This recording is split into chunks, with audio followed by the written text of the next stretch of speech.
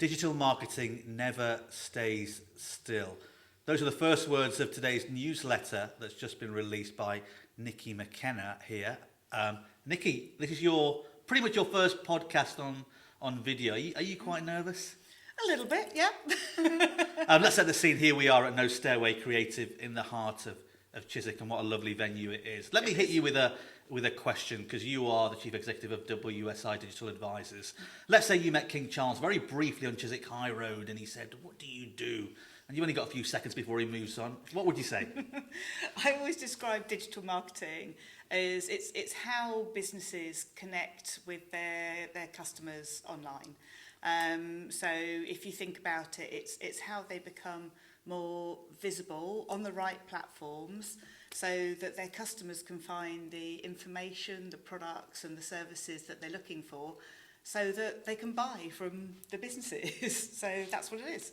Just above 15 seconds, I think that was. But you get away with it. I think you'd have kept King Charles' his attention. I mean, let's just focus on your past. Your past is in kind of luxury retail. Uh-huh. How did you end up in digital marketing? They're not bedfellows, are they? It's transferable skills. That's what it's really about. So the kind of roles that I held in the retail world, they were very much about both left brain and right brain. So a lot of data, a lot of analytics, a lot of forecasting, but at the same time understanding how those numbers translate into visual concepts and creative concepts. And marketing's very much like that as well. It's very much about understanding the visual and the creative and balancing that appropriately with the data and the trend information. Yeah, I mean, it's fascinating stuff. I mean, you run this actually with your husband jointly, don't you? Let me ask you a slightly silly question, but running something with your partner, is it then half the work that it turns out to be, or is it sometimes twice the work, or a bit of both?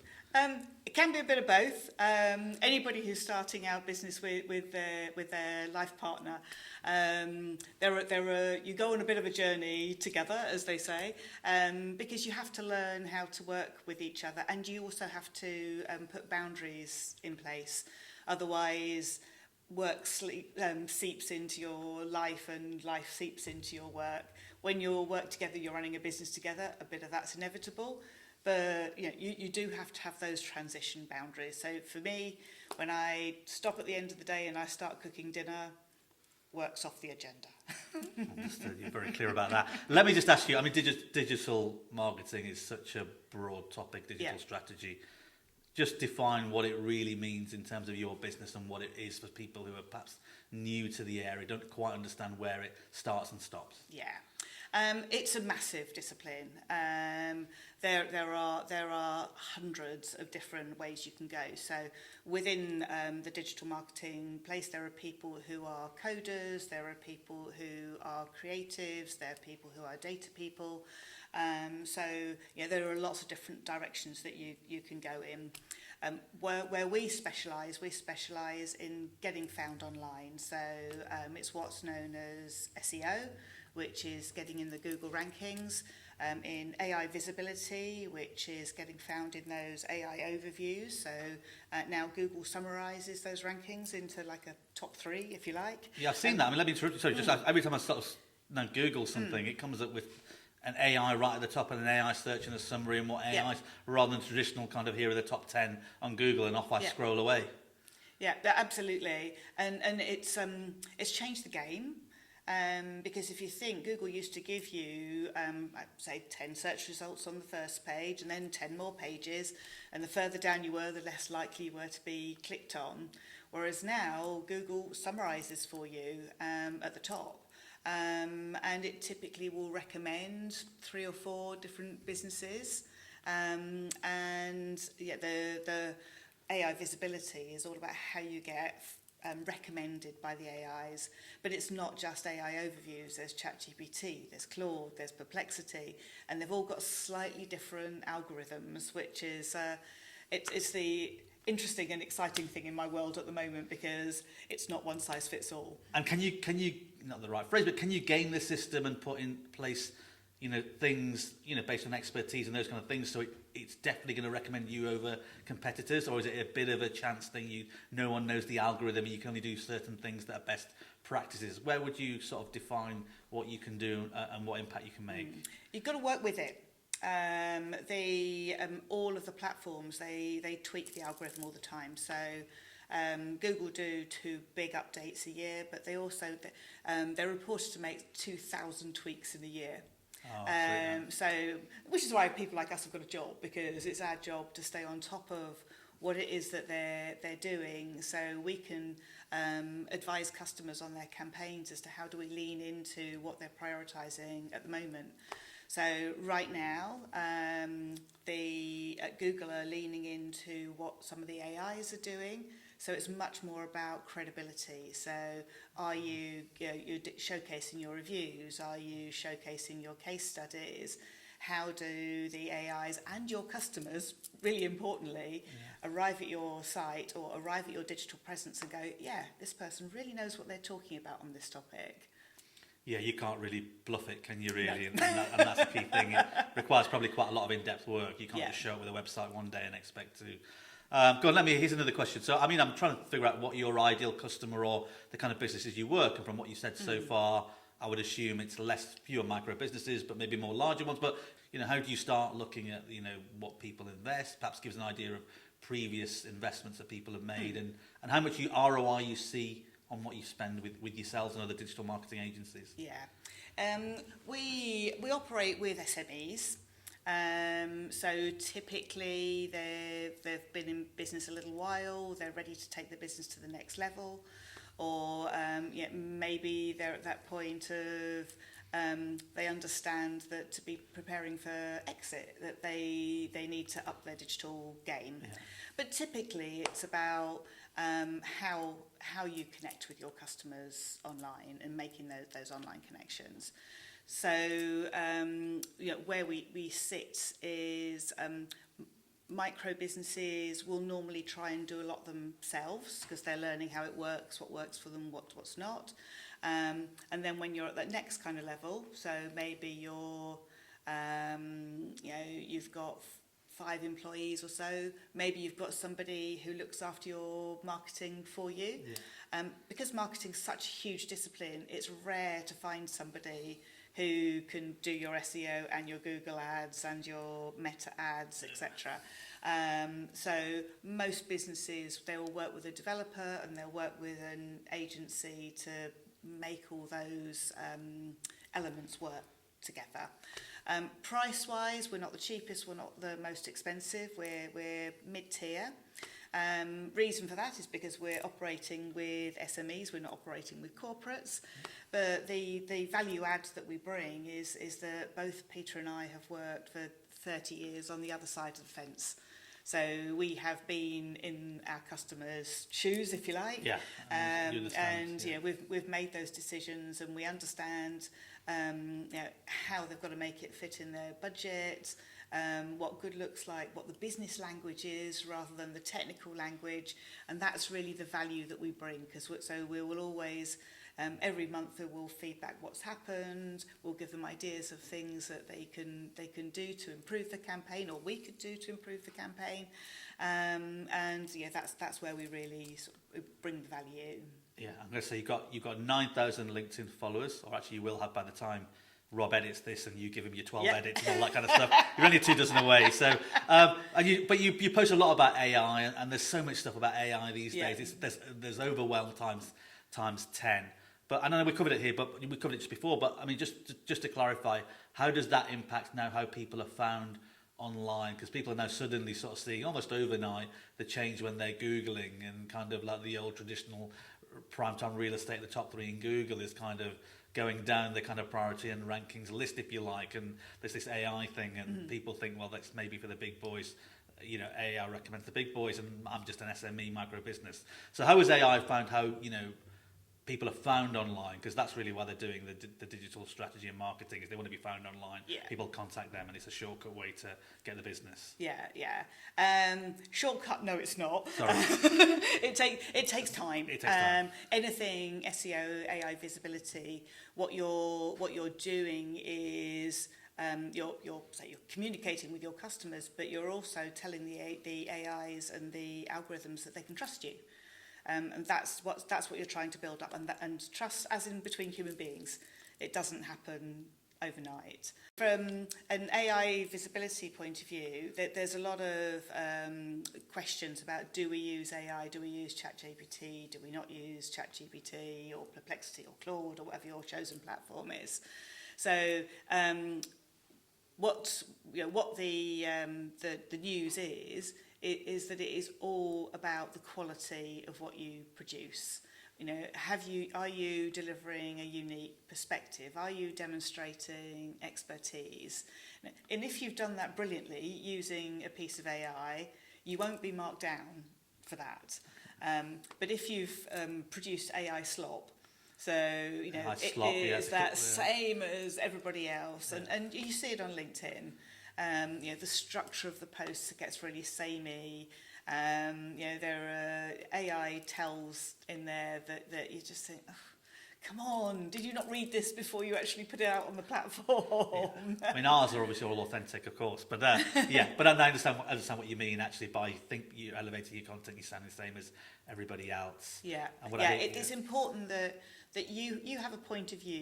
You're demonstrating your authenticity, your unique selling point, your expertise, and that's what people want to buy from you. They don't want to go to an encyclopedia and then find out all about digital marketing. They want to know why you, why me. Yeah. And that people buy from people, and a know, like, and trust element. Yeah. Because I will find a couple of questions, if I may, because we've covered quite a lot, and let me know if I've missed anything.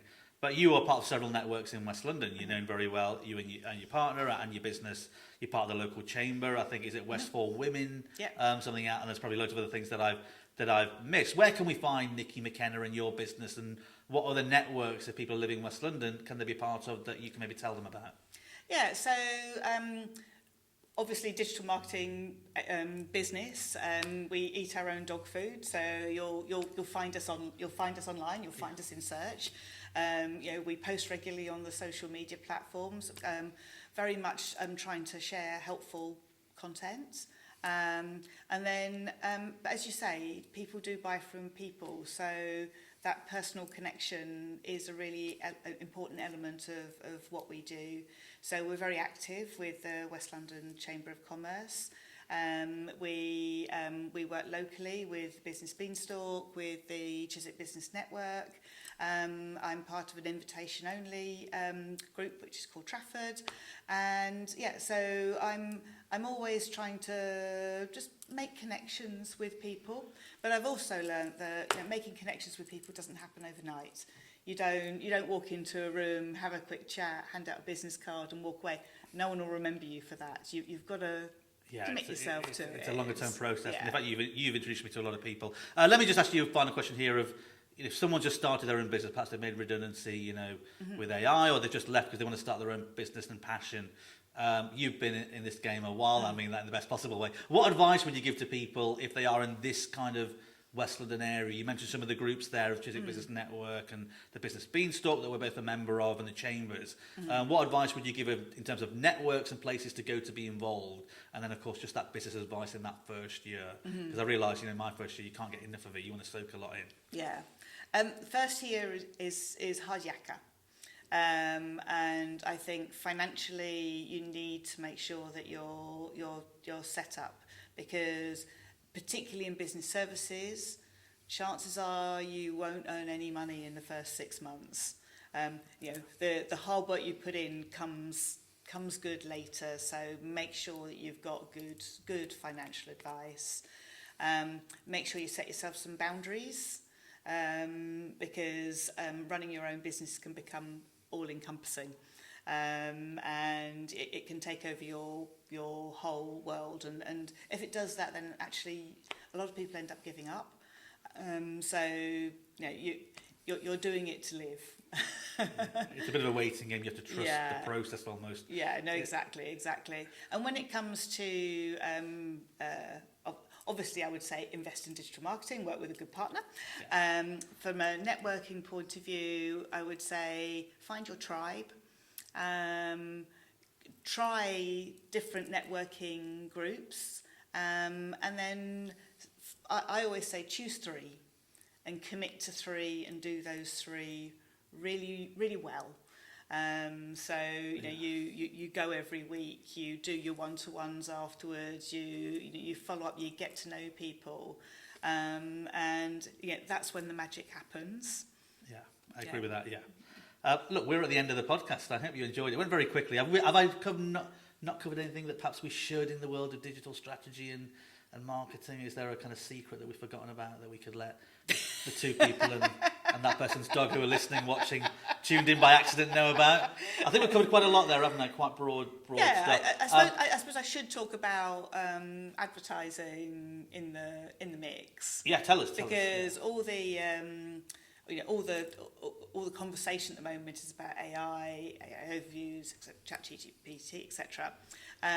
But in the background, Google are doing enormous amount of work on how adverts work. So, and advertising is a big earning platform for them. So watch this space.